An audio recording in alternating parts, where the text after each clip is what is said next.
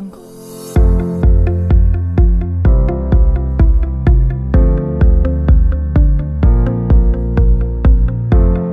suis ici pour constater le niveau d'évolution de progression de ces travaux.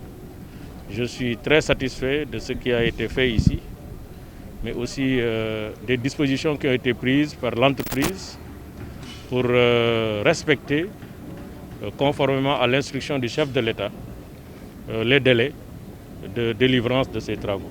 Je suis vraiment très impressionné par la mobilisation en termes de ressources humaines, mais aussi la mobilisation en termes de ressources matérielles avec ces unités de production que nous venons de visiter au niveau de la base vie, qui permettent d'accélérer la cadence du projet qui a un peu souffert du rythme par la Covid-19.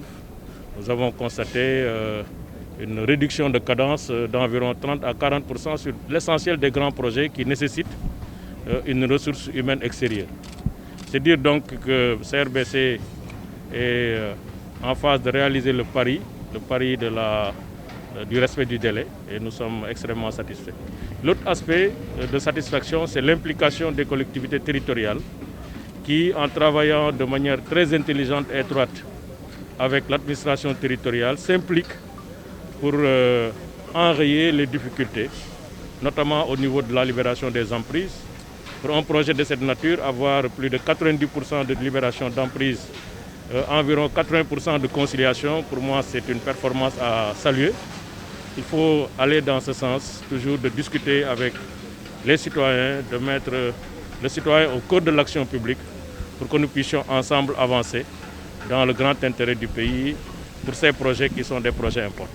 Cette requête a été portée tout de suite dans le cadre de la concertation autour de ce projet par le maire de Wakhinane Nimzatt avec beaucoup de pragmatisme. L'AGEROUTE a bien pris note. Nous allons très rapidement mettre en place un comité local avec l'expérience de l'AGEROUTE pour évaluer le besoin, éventuellement envisager une solution qui sera une solution durable à la satisfaction des populations. Sur la base des données que nous disposons, je pense qu'en phase optimale, le projet va recruter plus de 1500 emplois, ce qui est quand même important.